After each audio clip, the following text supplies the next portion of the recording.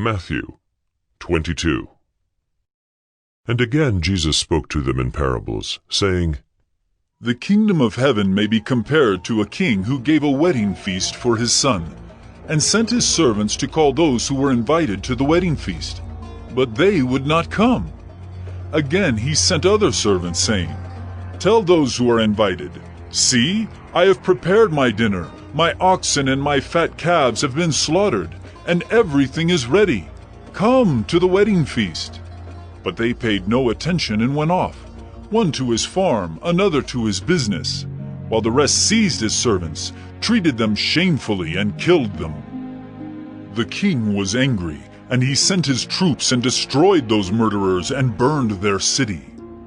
Then he said to his servants, The wedding feast is ready, but those invited were not worthy. Go therefore to the main roads, and invite to the wedding feast as many as you find.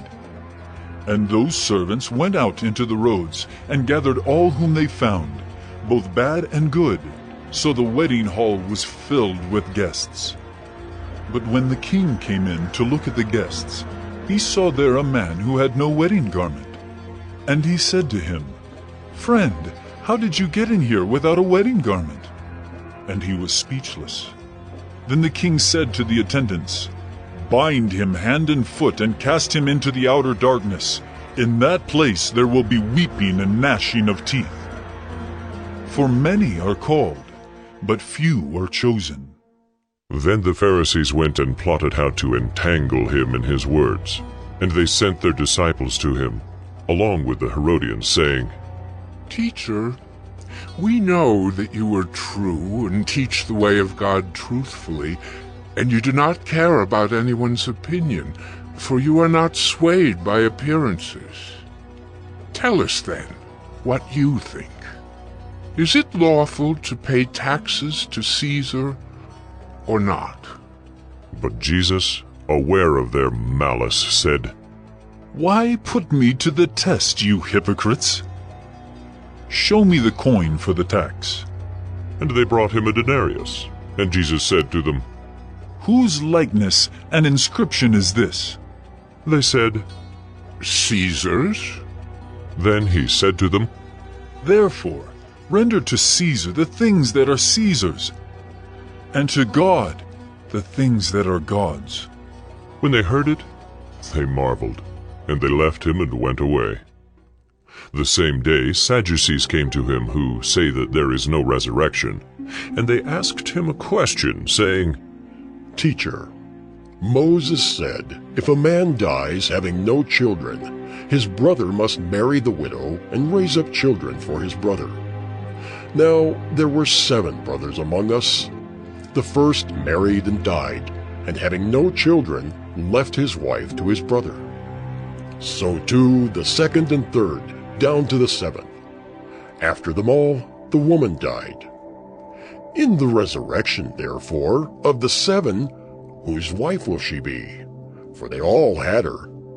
But Jesus answered them, You are wrong, because you know neither the Scriptures nor the power of God. For in the resurrection they neither marry nor are given in marriage, but are like angels in heaven. And as for the resurrection of the dead, have you not read what was said to you by God? I am the God of Abraham, and the God of Isaac, and the God of Jacob. He is not God of the dead, but of the living. And when the crowd heard it, they were astonished at his teaching. But when the Pharisees heard that he had silenced the Sadducees, they gathered together, and one of them, a lawyer, asked him a question to test him. Teacher, which is the great commandment in the law? And he said to him, You shall love the Lord your God with all your heart, and with all your soul, and with all your mind. This is the great and first commandment, and a second is like it. You shall love your neighbor as yourself. On these 2 commandments depend all the law and the prophets. Now, while the Pharisees were gathered together, Jesus asked them a question, saying, What do you think about the Christ? Whose son is he? They said to him, The son of David. He said to them, "How is it then that David, in the Spirit, calls him Lord, saying, 'The Lord said to my Lord, Sit at my right hand, until I put your enemies under your feet'?